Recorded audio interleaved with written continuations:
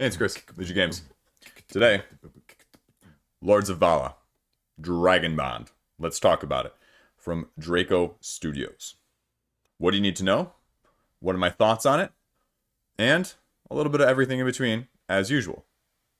We'll take a little bit of a look, I'll explain a little bit of the gameplay, and I'll let you know some of my final thoughts to go along with the pros and the cons, obviously. So, let's do this thing. Right? Right. So, Draco Studios sent me this. You can see right here, prototype version. So, everything is going to be just based off of my thoughts from that side of things. What do you need to know about this game? As again, you can see along the bottom, it's a 1 to 4 player sort of area control dynamic with moving around the map, dudes on a map in a sense in that way, as well as asymmetric, semi-ish abilities with action programming. Now, again, this is a very unique combination of things. What you're going to be doing is you're going to have a hand of cards that you're going to be choosing from, and then you are just going to go around and play one until everybody passes. Then, all you're doing is you flip over the stack of cards that you just played, and then you go through them one by one. Each person, or team, or faction, however you want to describe it, or however it is, meant to be in that sense, plays whatever corresponding actions that the card has that they've laid down. Now, they're all done with these little graphic, these little icons, so there is some iconography that you need to know. And most of them are relatively intuitive. There's not too many. There can't be more than, I think, probably 8 to 10 total. So it's not a massive amount of overhead from that side of things. And the concept is, because this is, as you can see also it says down here, 30 to 60 minutes. And it's probably at the higher end of that, but it's also probably not much more than an hour and a half, even when you start to play it, because of how it actually goes. What you're going to be doing is you're going to be trying to move around the map. Let me pull out the map here for a second so you can actually see what I'm talking about. This is a big map, if in case it's not clear. And each of these areas are going to be ones that you're going to be trying to control. And you're going to be moving around between them, using your various factions of whatever ilk you have, and there are a total of 2 generals and 2 dragons. And you are going to be situated in a way such that whoever is playing, anywhere from 1 to 4 players, you are alternating around the table, dragon, general, and therein lies the dynamic, because the generals are asymmetric to the dragons. And so that's the first thing that you need to know. The dragons are relatively similar. The thing that you need to know about this game is this game always plays with 4. So depending on how you like that dynamic or not, you need to be aware that you are going to be playing with, as it calls in the game, faceless players, ghost players, the AI, the Automa. There is going to be an Automa element no matter what if you are under 4 players, period. And so that is probably the first, do I like that or not? Because with that, it means that the dynamic of the game is always the same, because I think that is the problem when you talk about other area control style games, where you have Blood Rage, where you have Ankh, the new one, where you have Rising Sun, whatever it may be, and people talk about, well, Rising Sun, you really need to have an even number of players because of the alliances. Blood Rage, if the field is just too open, there's too much stuff that one person can get away with, and it's not as crowded, which sort of impacts and helps the dynamic at the 4-player count, as opposed to the definitely not 2, but maybe even 3. This means you're always going to have 4 factions, and I say that because of the second unique mechanic in this game that I'll talk about in a minute. And again, the Automa, let's stay on that for a second, so I talk about that. You can see here, each of the factions has a double-sided board that tells you on one side what you're doing and your actions, and then on the other side, it tells you what the AI is. And the AI's values, the AI's functions and abilities, even with the same icons, are slightly different than yours. So this one, that's the move icon, you just move to an adjacent region, they move, and they move towards a specific area, and if they don't do anything else, then they do another ability. So again, things you need to know. In the general, it works the same way. Therein lies one of the main issues that you may find yourselves doing is because when you have one of the AI Automa going, you just randomly choose one of the cards from their hand to play it onto the stack as the next card. They never pass until they are out of cards. So if you have cards that are not going to be fruitful or that potentially could lead you into trouble, when you're programming in this stack of cards, as you're laying them going around the circle, they never pass. They're just going to play them all out. So that's something you need to be aware of. It's, there is some overhead when it comes to playing these guys. And that is the first thing I'll say too, that as a prototype, there was a little bit of lack of clarity. Or let me put it this way. Let me put it a different way. I would like to see more clarity when it comes to the AI, because it says, okay, well, you have these power tokens on the board because that is what you're trying to get. And I probably should have led the video with that, but you're trying to obtain 10 of these little circular power tokens that are randomly distributed throughout the game based on event cards. And so events may, at the beginning or the end of a round, may put these power tokens in whatever area. It may affect certain areas, but the AI goes towards these with a heavy amount of their movement and their actions. And so are you, accordingly. And I wish it had a little bit more directionality in terms of the rules. Sort of when I was playing Ludwig's Labyrinth from Skybound Games, in my review for that, there was a specific AI. When the bad guy wasn't sure where to go, they had a specific rule that said he's either going to the closest one to the north or the closest one, well, this way is going to be east for you guys, but you know what I'm saying. And it made it so that if there was any confusion, you did this and you did this and you found what you were going for. And it just says, well, if they can't go anywhere, or they're not going to go anywhere obvious, well, first they go, and it just says if they're going to go somewhere, they go to the one that has the most closest power tokens on the ground. But if there's an equal amount, then the next player just chooses. Well, I'd like something that was a little bit more explicit. Now, again, how are you going to do that? And is it going to create balance issues? I don't know, but it's something that we found that could be improved from that side of things. Just a little more directionality in terms of that side of things. This game, because of the sometimes limited tokens on the board, because that can very much happen. You can collect them all easily within a round, depending on how aggressive or how take that people are being, makes it a quicker game, forcibly so, in that sense. So if you're not looking for a lot of head-to-head, take that, if you will, because this is, guys, on a map where you are going to be going head-to-head, you are going to be battling, you may not like this either. But if you want a game where people can't turtle, and people are forced to make the next movement, forced to go into that, but this is also highly, highly tactical. And the problem is, it's tactical in the sense that you're going to try and program your movements out, but you may have to fly very quickly and adapt at the same time when your card is played, because you don't know what other actions people have programmed already in front of you that may drastically change the landscape, where that person grabbed the power token off of your map spot to begin with that you were going for, and now you can't get that. And so sometimes your actions can potentially be wasted depending on how you program that, and you need to be aware of that, because I think people may like the ability to kind of do that, but I think people could also get frustrated by that. The battling mechanic is also very interesting. So on one hand, you have the dragons, and the other hand, you have the armies and the generals. When you're rolling dice for combat, the power is how many dice that you're rolling. And depending on which faction you are, depends on what that power is. So the dragons get wounded, and that reduces their power. Makes sense thematically. The army, well, the less guys they have, the lower their power is. I mean, that makes sense too.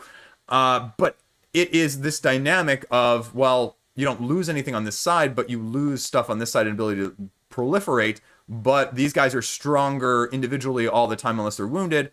And these guys can be spread a little bit further, but they're spread a little bit thinner too. So which do you prefer in that sense as well? Now, again, the combat is relatively unique because it is done in sort of a different order than you would normally expect. So if I'm attacking with the army to the dragon, I roll my dice over here, and then they'd roll their dice over here. Then their dice do damage to this, and anything that's left over here does damage here. Now, the one caveat being that if either of these roll crits on the dice, then the crits automatically go first. So if this guy rolls crits, he could potentially take the dragon out of running, potentially, or vice versa, it works a little bit better. If the dragon goes first and rolls crits, and rolls 2 critical hits, and there's only 2 defenders here, it's going to go and do the damage before these guys get to roll. But if he rolls 2 standard hits, then these guys roll, apply their damage to the dragon, then the damage is applied to the defenders. And therein creates a different sort of dilemma when it comes to battling.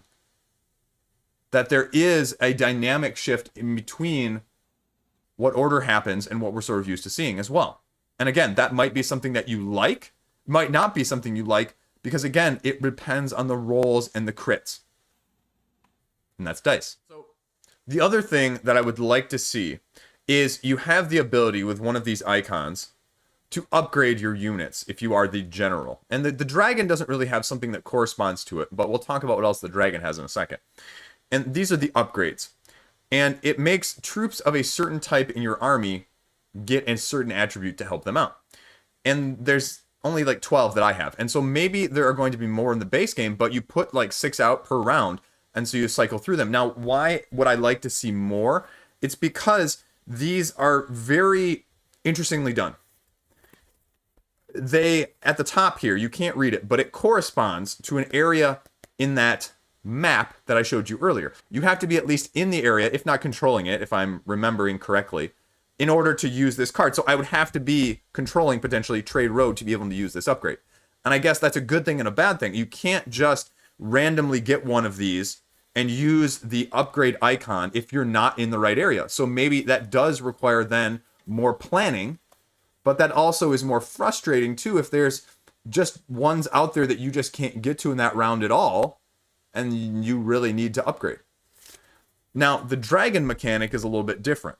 In order to balance that out, at least this is my interpretation of it, at the bottom of this dragon card, you can see that there are 3 slots, and these are the size and shape, and they have the icons of the units from the army. So if a dragon kills a unit in the army, I mean, because vice versa does not happen. Dragons get wounded, but these guys, whether it is a neutral party or one of the other specific armies that they are fighting against, the factions, then they get placed down here. And if this gets filled up, then they gain one of those power tokens that I was talking about. And again, you can see where everyone is because you slot these on your board. So there's no mystery about who is where in terms of victory.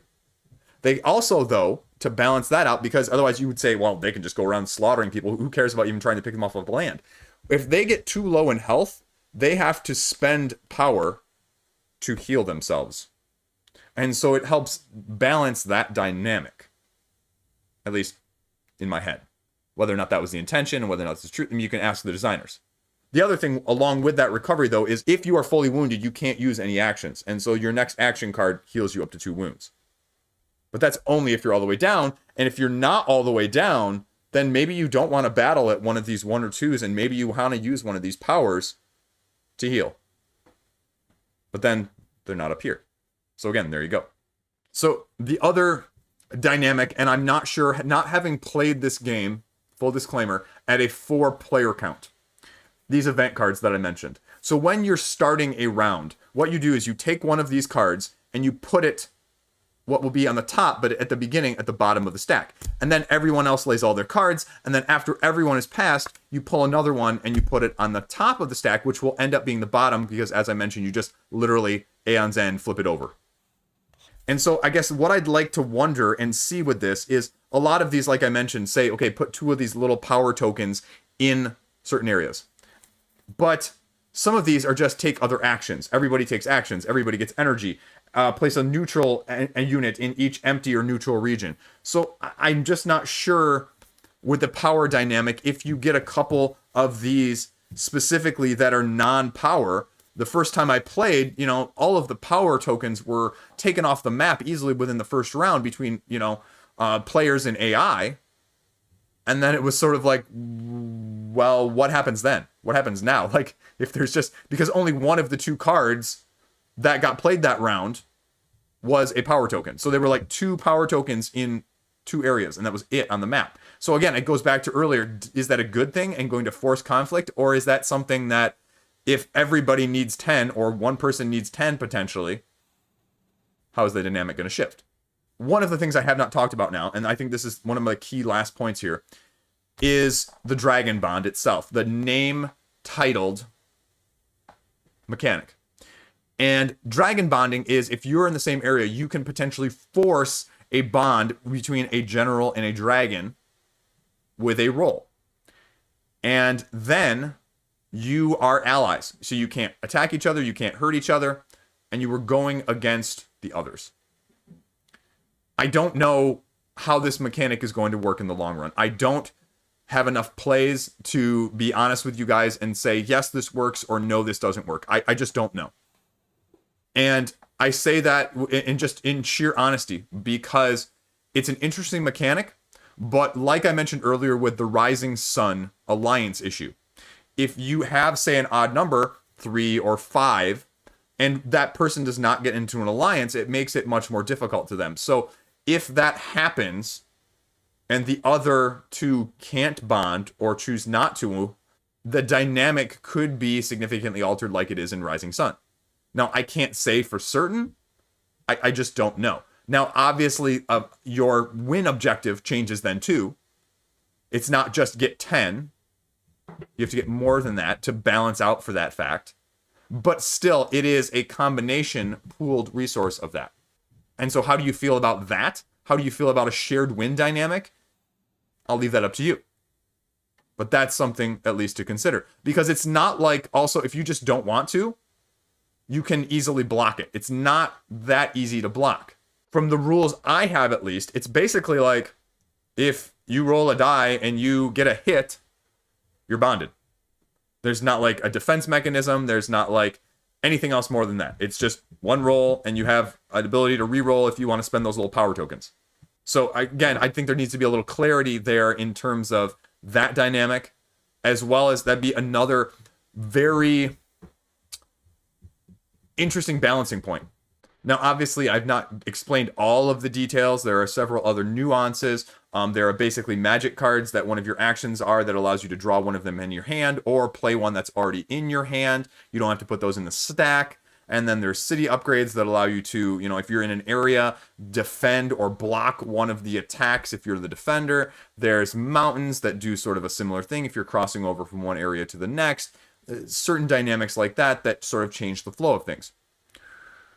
So what do I think of it overall? This is a tough one because I think you really need to see what the play actually looks like, what the gameplay looks like. I think that's going to be most useful for this. And I think the other thing is, I think it's probably going to be, my personal thoughts, is best at 3 or 4. I don't see myself being as interested in this game at 1 or 2. And that's a personal preference because, 1, I don't do a lot of that. And now that's just my personal opinion at the 1 or 2 because there is a relatively good amount of upkeep of the Automa. And so if you're playing it with 3 Automa or even 2 Automa, remembering how their iconography, again, like I showed earlier, slightly differs, and then the choices that you're having to do, because it's not always, like I said, the most obvious, and they go around each time and play until they're out, that adds more from that side of things. And you just need to be aware of that. Like most area control games, I guess my suggestion would be exactly the similar answer as it would be in the other ones, right? The higher player counts for what it's designed for are going to be better, plain and simple. And I think this one, the recommendation is exactly the same. They do a unique mechanic to try and balance it out, so if you just can't get that, but you just need to be aware of what you're actually getting then in that sense as well. For me personally, this was one that I wanted to see how I thought of it. Because as you guys have heard me say, or maybe you haven't heard me say if you're new to this, I am not a big area control dudes on a map guy. I am very much classic, not a big fan of Blood Rage, not a big fan of Rising Sun. I like Iwari. I like El Grande, and I like a small Japanese import one as well. I'm not a big fan of some of those other ones. It's just not my personal favorite dynamic. And with the action programming and the collection of these power tokens, it takes it in a different direction. It's one of those games right now, personally, I think I'd be happy to play, but I'm not sure about it in my collection. And then again, that's my own personal bias. Because my bias is not for games like this in general.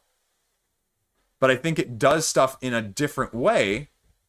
So if you have those other games, I don't think it's similar, because the other question I always ask when I do my Kickstarter roundups, when I'm looking at all of the games each week that come onto Kickstarter, why would you get this game over another game? And I think from that standpoint, it does things differently enough with the action programming, the Automa, and the interactions on the actual map to justify a spot alongside of things and not necessarily in place of stuff. But the question is it right for you? And that's the answer I just don't have. It's not going to be difficult to explain. The overhead is not that bad compared to almost any of those other games that I mentioned, in terms of the ones that I don't have, like the CMON ones or any of the other area control style-esque, dudes on a map style game. This is by far and away one of the most streamlined ones that I've played. And again, how do you like that? Is that right for you? Those are my thoughts. I hope that was helpful. Again, especially with a game like this, I would recommend checking out some gameplay. If I have time, I'll try and get a video up. I can't promise it. Again, I would recommend maybe getting eyes on gameplay, whether or not they'll have the rulebook up as well, so you can get a little bit better sense. One or both of those things I think would be really helpful, so that you can see how much of this is right for you and how much of this stuff that I mentioned may not be. But there you go. Thanks for watching. Thanks for clicking. Stay classy. Have a good one.